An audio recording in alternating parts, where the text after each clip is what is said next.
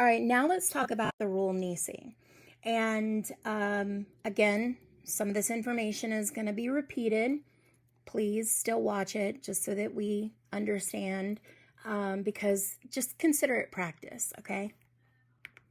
Now, again, we have the same information, but this time we need to know that we are appearing before Judge Judy on April 3rd, 2023, okay? And that's important to add in here.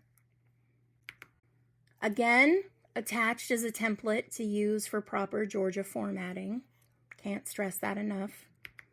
And I need you to make sure that you read and replace anything that does not apply to, it's not a complaint, I should change that, but it's and it's not the summons either. I just ended up, sorry, that's my bad. I ended up using a screenshot from another one, so disregard that, but the wording's the same there. That's going to be telling you to replace all of the asterisks wherever they are, okay? Again, this top portion is all bolded. In the whatever court, magistrate court, superior court, probate court, whatever court, okay? Then we have in the county of, which is going to be where the defendant lives, since we have two parties that are in the same state, and we don't have anybody who has waived jurisdiction and venue. Then we have the parties' names, again, capital letters and in bold. First name goes first, last name goes second. Then we have the verses in lowercase bold. And then we have the parties, like what their role is, whether it's plaintiff or defendant, in standard capitalization rules, first letter, the rest is lowercase, but it's indented some and in bold. Again, have your divider line. In the last one, I showed you an actual line. This time I used the asterisks, just so you'll know. Then we have our civil action file number. And again, it says since this is initial filing, there would be no civil action file number, so leave it blank. But keep the line, okay? Then we have our title, which is going to go in the middle, in bold, and underlined in capital letters. Now we have this middle portion, but the first thing I need to show you is where it says plaintiff, because it says, let the plaintiff show cause before the honorable judge, okay? Now, I threw this in there specifically to see who would pay attention to it, and I even told you guys I did it, and yet people still disregarded it. I think there was only maybe like 2 people who actually caught it and changed it, all right?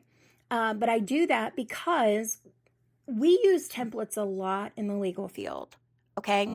And it's real easy to be using a template and miss something. So this is kind of to like start showing you the importance of going back and correcting something that might have already been there or might have been a mistake from before.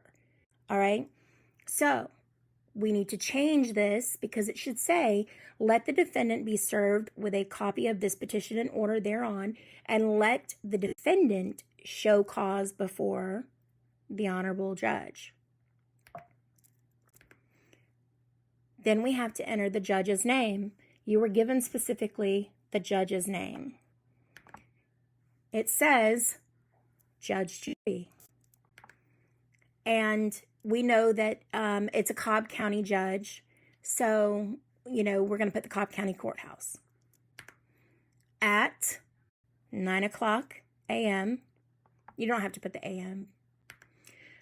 On the 3rd day of, I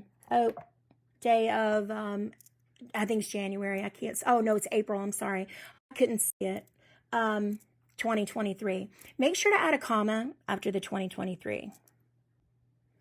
Same thing down here. We know that it is being filed on January 23rd, 2023. So we want this 23rd day, so 23 RE day of January, 2023 with a period. Then we have the part down here where it's going to be where the judge or the clerk signs. So we're going to want to put what county it's going to be in and which court. Is it magistrate court, juvenile court, probate court, bankruptcy court? What is it? And then we have our signature line. Again, we're prepping these documents. We are also not the judge nor the clerk, so we do not put any kind of signature on this document, okay? It is simply a blank document that is ready to be filed. And that's it. So let me know if you have any questions. Bye.